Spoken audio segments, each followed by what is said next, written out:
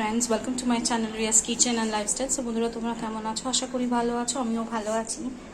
আজকে একটা পনিরের রেসিপি শেয়ার করব, চিলি পনির।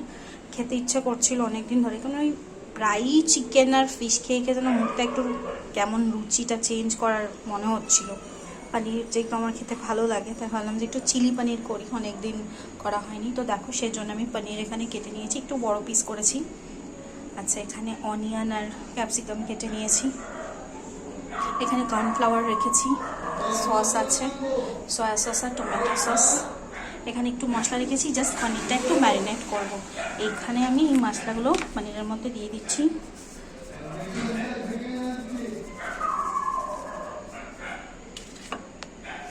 আরারুটটা দিচ্ছি, কর্নফ্লাওয়ার যেটা খুশি।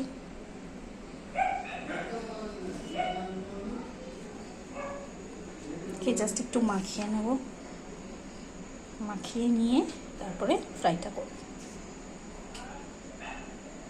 জাস্ট মিক্সিং করে নিচ্ছি এবার। সো দেখো, আমি পনিরগুলোতে মাখিয়ে নিয়েছি কর্নফ্লাওয়ার মশলা দিয়ে। এবার আমি জাস্ট ফ্রাই করব। তেলও কিন্তু আমার গরমে গেছে, এবার আমি জাস্ট পনিরটাকে ছেড়ে দেবো।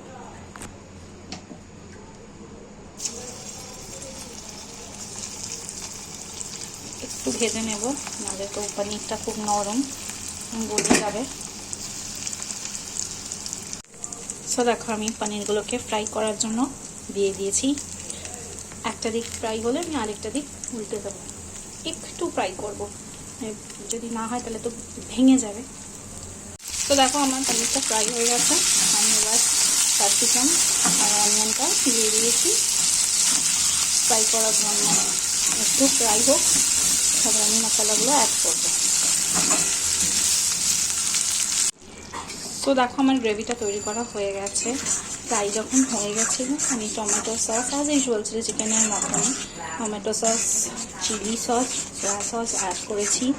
তারপরে চিনি দিয়েছি, চিনি দিই স্বাদ মতন দিয়েছি। তো দেখো, আমার চিলি পনির রেডি। পনিরটাকে যেটা ফ্রাই করে রেখেছিলাম, গ্রেভিটা তৈরি করার সময় আমি দেখিয়ে দিয়েছিলাম, জাস্ট আমি ফ্রাই করা পনিরটা অ্যাড করে দিয়েছি। আর টেস্ট অনুযায়ী সল্ট, সুগার অ্যাড করে দিয়েছি। আর দেখো, থিকেন হয়ে গেছে। এবার জাস্ট আমি গ্যাসটা অফ করে দেবো। গরম গরম রুটির সাথে একদম চিলি পনির কিন্তু জমে যাবে। কেমন লাগলো রেসিপিটা কমেন্ট করে আমাকে জানিও।